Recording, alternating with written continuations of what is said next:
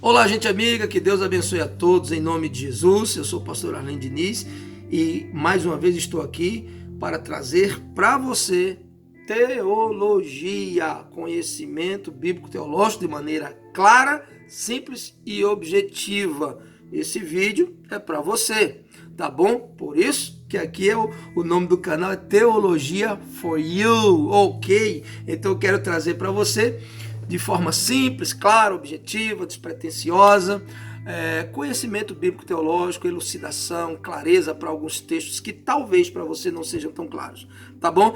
Antes de nós tratarmos do assunto de hoje, eu quero te encorajar. Se você é novo por aqui, visita o canal. Se você gostar, se inscreva, curta os vídeos, compartilhe, comente, tá bom? Isso tudo é muito bom para nós. Nos dá essa moral. Se inscreva no canal. Ao se inscrever, tecle aí no sininho, acionando as notificações, tá bom?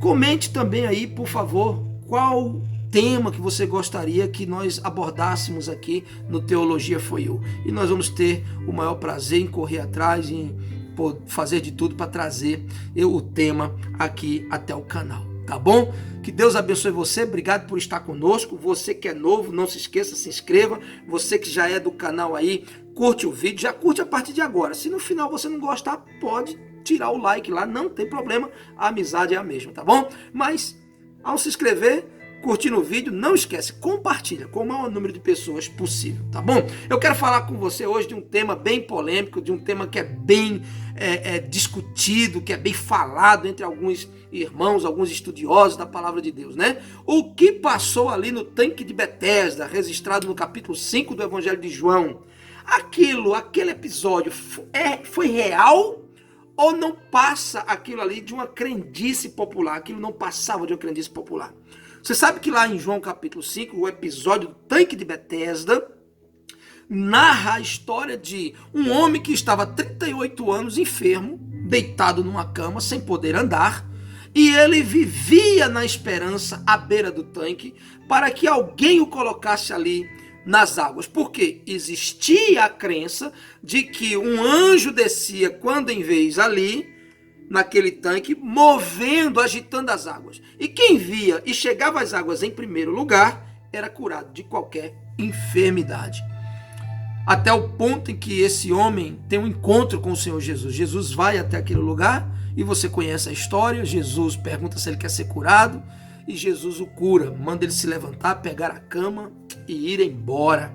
Agora, a pergunta hoje aqui no Teologia for You é: esse anjo que descia, que movia as águas, e que as pessoas que chegavam primeiro às águas eram curadas, isso era um fato real ou era apenas uma crendice popular da época? O que é que você acha? Comenta aí, faz os seus comentários. E eu quero trazer aqui o posicionamento para você. Primeiro vamos ler aqui a passagem bíblica, tá bom? Vamos ler essa passagem bíblica e eu peço em nome de Jesus que Deus nos dê graça, nos abra o entendimento, faça a palavra dele penetrar e ficar guardada em nossos corações, que em nome do Senhor Jesus a minha mente, a sua mente, nossa mente seja aberta, como também o nosso coração para a palavra do Deus Altíssimo, em nome de Jesus. Muito bem, João 5. Depois disto havia uma festa entre os judeus e Jesus subia a Jerusalém. Jesus sai de onde está e vai para Jerusalém em decorrência da festa dos judeus. Versículo 2. Ora, em Jerusalém, à próxima porta das ovelhas, um tanque chamado em hebreu de Betesda, o qual tem 5 alpendres, certo? Grifa aí, risca aí, separa aí a palavra tanque. Tanque em português aqui nos dá a ideia de um reservatório de água, né? Onde a gente reserva água. Mas originalmente a palavra é columbetra, que não dá a ideia de tanque de reservatório, mas dá a ideia de piscina para banhistas. Uma piscina, né? Algo que as pessoas poderiam entrar e banhar-se, tomar banho. Essa é a ideia. Chamada em hebreu de Betesda, risca aí Betesda, ou seja, é Betel, casa das oliveiras ou casa de oliveira, algo, né, nesse sentido. O qual tem 5 alpendres, certo? Ele tinha 5 alojamentos em volta desse tanque, dessa piscina. Versículo 3. Nestes, nos alpendres, né, jazia grande multidão de enfermos. Aí ele descreve quais enfermos: cegos, mancos, algumas traduções, aleijados, ressecados, enfim. Esperando, olha o que é que eles estavam fazendo ali, esperando o movimento da água. Versículo 4, que é a chave. Porquanto um anjo descia em certo tempo ao tanque, existia um tempo para ele descer, né, ao tanque, e agitava a água. E o primeiro que ali descia, depois do movimento da água, sarava de qualquer enfermidade que tivesse. Muito bem. Você conhece essa passagem? Se não, você lê capítulo 5 do Evangelho segundo escreveu João, e você vai ver. Existia ali esse homem que há 38 anos estava enfermo, estendido em cima de uma cama e não podia andar. Jesus chega naquele local e Jesus pergunta a ele: você quer ser curado? Ele diz: mas eu não tenho nenhum homem que me leve lá. Toda vez que eu quero ir, que a água é agitada, alguém vai na minha frente. E a regra é essa, é quem chegar primeiro. E eu estou aqui há 38 anos. Aí Jesus olha para ele, manda ele pegar a cama, se levantar e ir embora. E era um sábado. Os religiosos ficaram furiosos. Mas como é que você está carregando essa cama, homem? Hoje é sábado. Aí ele disse: aquele que me curou disse para eu carregar minha cama. Em outras palavras, eu prefiro obedecer àquele que me curou, que resolveu o meu problema, do que obedecer à religião, que durante esses anos todos não fez nada por mim. Nada mudou na minha vida com essa religião. Mas esse homem chegou, me curou, ele tem autoridade. Então eu vou obedecer a ele. Por isso que eu estou carregando a cama. Aí, quando Jesus vê ele no templo, Jesus fala com ele: ó, você está curado, né? Eu observo que você recebeu a bênção, né? Aí ele diz: este é o homem, ó. Este é o homem que me curou. E queriam, né, se alvoroçar contra Jesus porque era um sábado. Muito bem, você conhece a história, né? Enfim, este homem, 38 anos e não foi curado. Muitos outros enfermos esperavam que o anjo descesse e movesse as águas. Ou seja, eles viviam acampados ali, esperando a sua vez. E toda vez só funcionava com quem chegava primeiro, ok? Isso era real ou isso era apenas uma crendice? Como entender ou interpretar essa passagem bíblica? Primeiro, eu quero falar para você que existem duas hipóteses, duas correntes de interpretação. Primeira é que era real, a interpretação literal.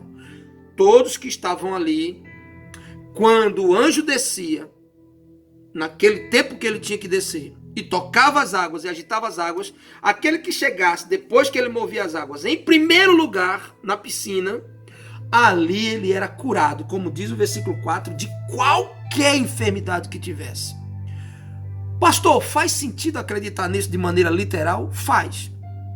E por quê? Porque Deus sempre trabalhou com anjos em favor do ser humano. Perfeitamente possível para Deus, até porque para ele nada é impossível. Certo? Para ele nada é impossível. Então, faz sentido e poderia realmente acontecer isso de forma real. Primeira coisa, Deus sempre trabalhou com anjos em favor do ser humano. Segunda coisa, por que haviam tantos enfermos esperando? Isso pressupõe que eles esperavam porque, ao mover das águas, eles viam, embora não chegassem primeiro, mas quem chegou primeiro eles viam. Possivelmente, a Bíblia não diz, mas possivelmente dá para se acreditar, é coerente, que eles viam quem chegou primeiro saírem curados das águas. Eles viam isso, por isso permaneciam ali esperando. Então, é coerente se acreditar nisso. Por quê? Porque eles viam os outros sendo curados. É possível, a Bíblia não diz, mas é possível que isso acontecesse. Inclusive o homem do qual estamos falando, de 38 anos enfermo. Ok? Tranquilo.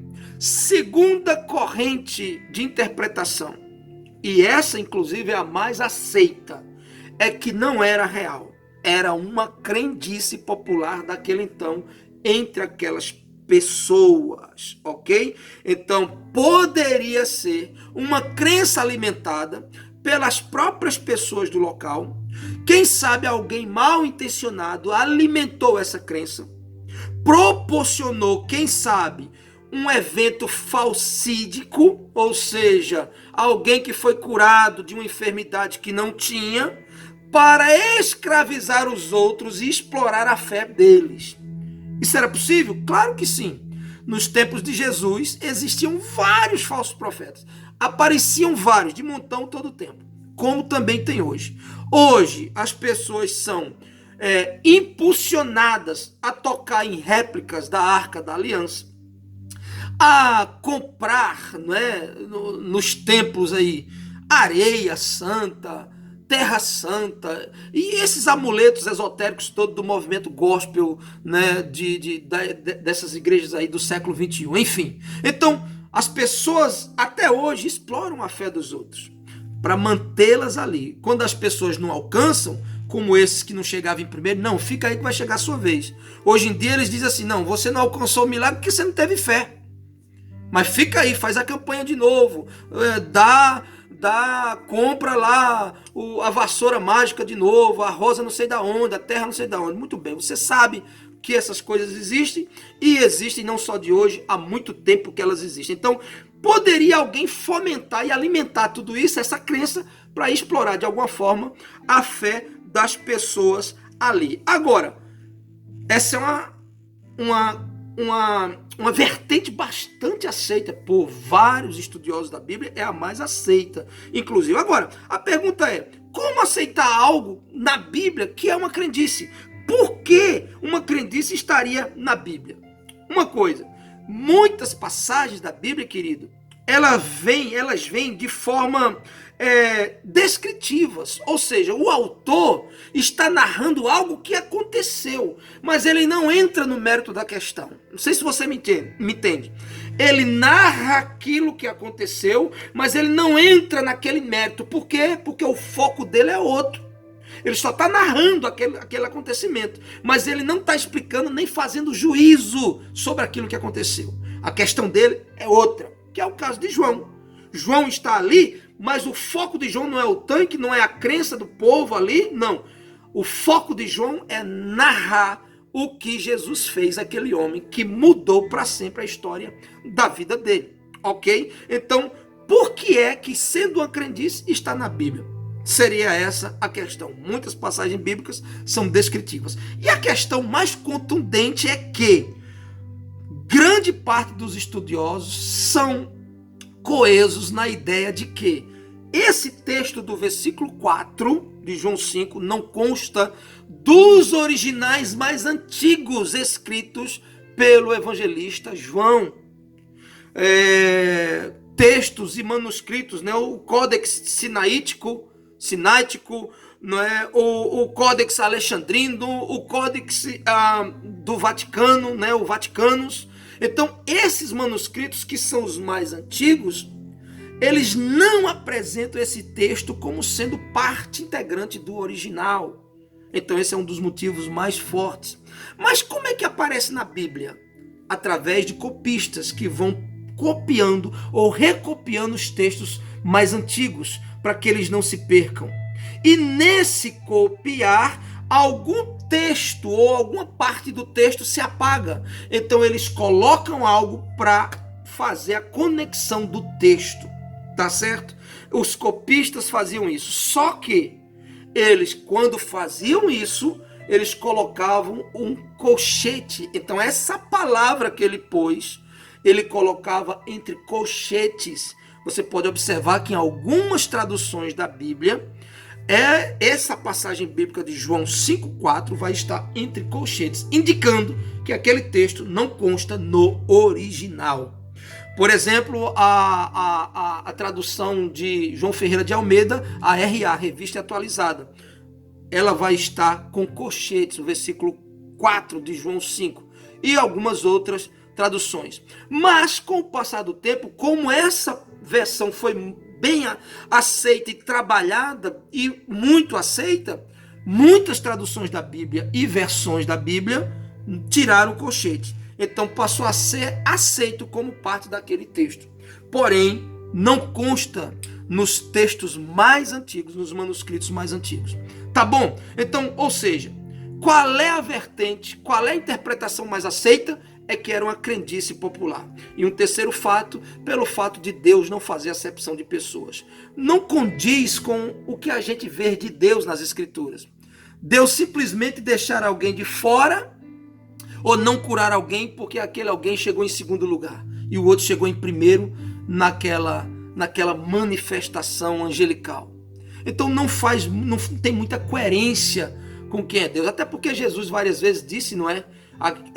Os últimos serão os primeiros, o primeiro será o último, enfim. Então não faz muito sentido. Então eu em particular também creio. Eu vou com essa vertente mais aceita, que era uma crendice popular. Por quê? Eu vou concluir te dizendo, porque o foco dessa passagem não é isso, não é o tanque, não é o anjo, não é o mover das águas. O foco aí é o que fez o Senhor Jesus Cristo e que pode fazer até hoje por qualquer pessoa que aceite o seu toque, que se achegue a ele. Isso não altera em nada a doutrina da fé. Continuamos crendo não nas águas nem nos anjos, mas em Jesus Cristo. Isso não altera nada a doutrina da fé, como também não altera nada a soteriologia, ou não altera nada a doutrina da salvação. O Salvador é Jesus e é Ele que pode curar o homem de toda e qualquer mazela. Não há água alguma, não piscina alguma, nem anjos, nada disso. O nosso foco é o Senhor Jesus Cristo. Não terra santa, não pedra santa, nenhum amuleto, nada disso. Mas a pessoa bendita do Senhor Jesus Cristo. Tá bom, queridos? Espero ter podido contribuir com o seu crescimento bíblico, o seu conhecimento teológico, ter podido contribuir com o seu crescimento no conhecimento da palavra de Deus. Um forte abraço e até o próximo Teologia For You. Se inscreve, curte e compartilha. Não esquece, dá essa força para nós. Forte abraço e até o próximo Teologia For You.